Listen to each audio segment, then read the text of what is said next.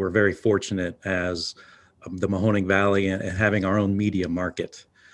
We have all the TV stations, we have print media. And that luxury doesn't exist everywhere. I have clients in Akron, for instance, and it's very difficult to get media coverage for clients in Akron because they don't have their own media like we do here in Youngstown and Warren. They're competing with all the Cleveland companies for editorial space. One dynamic that cannot be denied is that the media outlets in our town, especially, they have larger audiences that each individual company could have on their own.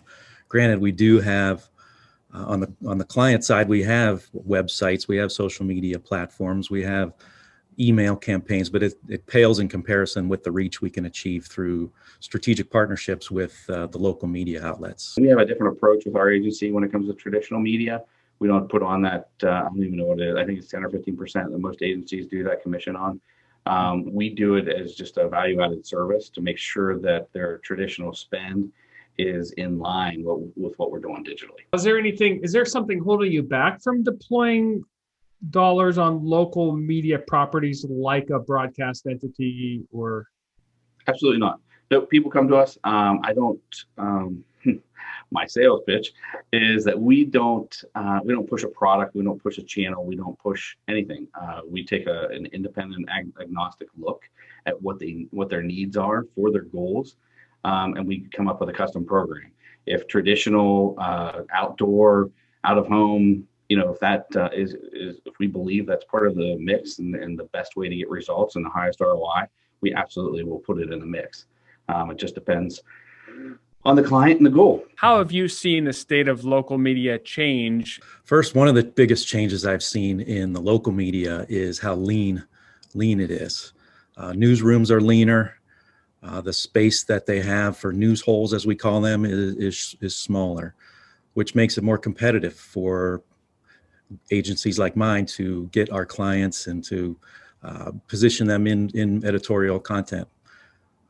However, like you mentioned, social media is a way where they are expanding their newsrooms. Not always will we get ink in the paper or a segment on the TV news, but social media channels give these media more platforms to communicate. And that's more opportunities for us as PR professionals to leverage those for our clients' benefit. One thing that I wish that the local media could figure out, and I think it's nationwide, I don't think anyone's figured it out yet.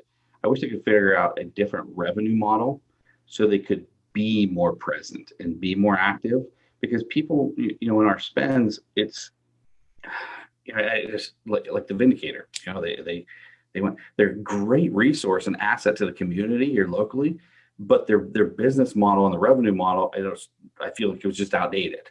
And they didn't pivot fast enough. And I wish that somebody would take hold of that here locally and figure that out for, the news outlets, the print, because I feel like they're needed. And it's, I think, you got business journals here, the Mahoning Matters came in, they're trying to fill a void a little bit, but I still feel like there's something missing. And I'm not sure if it's a revenue model.